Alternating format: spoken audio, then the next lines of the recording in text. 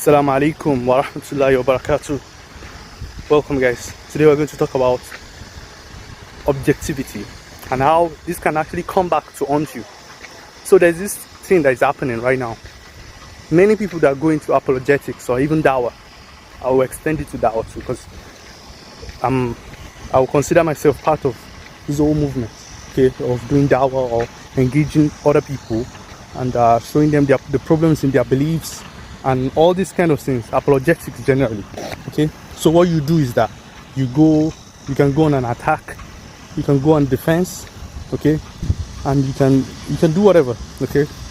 What ends up happening is that when you go and you start criticizing other people's religion or belief system, whichever one it is, they will get to a point where you would have built up some kind of objectivity or some kind of model or system or methodology of scrutiny that you have, some standards that you've built up that you use to judge other people's beliefs, okay. You would have built up that process, okay. Things have to, maybe for example you say reason, it has to make sense. So once you have set that standard and you use it constantly to analyze other people's beliefs, that it has to make sense, it has to make sense, reason, okay. Before you know it, you will be like, okay, I'm done with that now. So it's like a knife. You use the knife to attack. Once you're done attacking the people in front of you, then you bring that knife and then you start using it to attack the people around you. And then if you're not careful, you can use that knife to commit suicide. But let me tell you what I'm saying. I will explain it to you guys. What I'm saying is this. So now let's say you have built up a methodology of how to analyze other people's faiths, and you show them why. Let's all come to one common ground and standards. Maybe you think morality has to be objective, and many things you can use to whatever. You get to a point where you be like, you know what? Truth is the key. Let's say you want to follow truth, and then you start saying that, okay, I want to believe in the truth. I've already demolished that other idea, okay. Let's say I've already demolished that, but the people around me also, we are not on the same we don't agree. Since we don't agree, or even my own system, when do I start using that same scrutiny on my own system too? And this is what actually happens. As in, let me show you one good example. The Christians, for example, they say, the Muslims, hey, you guys, you don't have morality, you guys are bad people, your prophet is a bad person, and we cannot do this in the religion. How can God, you know that question, how can God do ABC? How can God command ABC? You know, how can God command women to dress a certain way or stuff like that? Then after they are done, you get to a level where you be like, you know what, everyone should see like Islam doesn't make sense anymore at this point. And then what do? You start looking at, wait a moment, what do I do with the Old Testament? And what if God right now tells me to do something like that? Would I say, God, this does not make sense? Or would I just comply? You see? Then you see like, okay, let me go and ask my community. If God says, hey, can we say no? Or this does not make sense, can we do that? Then you see division among your community people. Some people will say, you know what, God said it, we have to do it. And if you follow that logic, then you see like your argument against the Muslims doesn't make sense anymore. And you will find other people that will be like, God will never say that. And why shouldn't God say that? Like, what if he said it? So you see like now you have turned that knife that you used to attack Muslims, you have turned it on your own community. So in that process, you will eliminate some people that believe such, okay? And then you keep on going and going. Anyway, let me now bring you back, okay? So for example, let's bring it on the model of belief. So you are saying anything that's contradictory, you have set up an axiom. Anything that's contradictory is false. Okay, that's your mantle, that's your belief. So now you use this axiom to scrutinize a particular belief, and then you demolish it according to you anyway. So now, after you've done that, you'll be like, okay, do I have any contradictory beliefs? And once I find them, what do I do with those beliefs?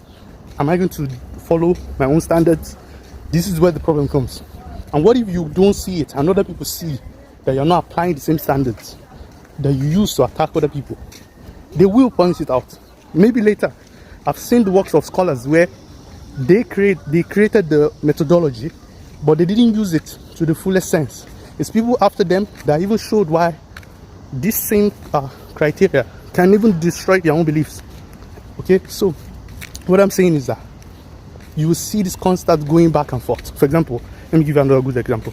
Dr. Shabbir Ali. You see, Dr. Shabbir Ali, he has been doing dawah for long. You see, like in his early times, he never used to talk about Islam that much, and you just used to, because Christianity at that time, they just attack Islam every time, so they had to get some response, and that's what they got ever since then. But you see, Dr. Shabbir Ali, one thing about him now is that a lot of people think he has some kind of beliefs that they don't like, and he's not orthodox and stuff like that. But they don't realize what just happened to him. He went through the process. He went through the different stages. I'll make another video about different stages of dawah that you can go through. So he went through the first step of, let us defend Islam against these people who are attacking us. So he was just defending Islam. Any belief, all the beliefs of Islam, he's defending all of them. Okay, that's the first stage. Then he started attacking Christianity after studying it a little bit, and he's using some methodology to criticize Christianity. Okay, so that's when you start looking for truth, objective truth, so that you show the Christians that they are not consistent. They are not consistent. They are not following the objective truth. Okay, then when you're done with that, then you realize that, okay, wait a moment. What about Islam too? It's not like we agree on many issues. Okay, so what about us? When do we start using that same standard that we've created to criticize our own faith? Okay, because other guys can say, okay, let's use that same system on you. Will you then say, no, you cannot use it on me? You see? So now he has turned his attention, mostly now, the videos that he makes is about Islam, and how can we address like some of the laws that have been passed in Islam, in fiqh issues, hadiths, and many things. Now he's criticizing Islam. And that's what most people think he is anyway. But if you're someone involved in dawah, and you are not just stuck, see, people get stuck on different phases, stages of this. You can get stuck on the first phase where you just be defending. No problem, you can just keep doing that. Or you can just be stuck on the attacking mode. You are never going to look at Islam, you're just attacking other people. You can do that too. Or, wait a moment there, sorry. And then you can be on the last stage where you're just criticizing. It's not like you're criticizing Islam.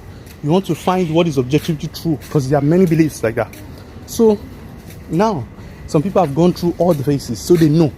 But you might just be starting out, and you will think like other people don't know that, okay, let's defend Islam. Hey, this argument is weak. Yeah, we know that, right? But a point will come when, after you've done defense and you have attacked other people, you will be like, okay, let's now come back home. When you come back home, and then all the methodology that you've built, then you find that they reject it, or they are not, your community, they are not consistent with those same beliefs that you're criticizing. Then you have to make a decision at that point. What do I do now? Do I neglect my methodology, or do I continue using it because I believe it's the truth? That's why I was using it in the first place. I would never have used it if I didn't consider it to be the truth, to criticize other people. And now I have to be consistent, because people, they already know my methodology, and they will call me out when it's time, when I'm not using it on my own beliefs. They will see that as special pleading. So that's what Dr. Shabbir Ali, even Yaasir Qadi, I watched a video about Yaasir Qadi, he was also saying this. He even went so far to say that, you know what, don't do that, that dawah is not about, and he was controversial for that too. He was saying like dawah is just about being good to people. Don't focus on all this kind of argument stuff, right? Yaasir Qadi said that. But me, I think like, see, as long as everyone just doing their own part, just do your own part. Some people, they will focus on attacking. Some people will focus on defending. Some people will focus on criticizing the faith. Not criticizing, maybe I should find a better word. I shouldn't say criticize. It's like trying to find the true Islam also. That's also something, you know. It's not like, okay, I'm a Muslim. Now, what if I'm Shia? Like the Sunnis obviously think I'm wrong. Okay. What if I'm a Sufi? The Ahlul Sunnah guys, they obviously think you're wrong. If you're, and all these things, right? So some people will be like, okay, what is the main Islam? What is the one that we should preach to the people anyway? Like imagine a Christian say, okay, I want to accept Islam now. So which one? Is it going to be Ahmadiyya? Is it going to be Sunni? Is it going to be Salafi? Is it going to be Ashari, Athari, all this stuff, right?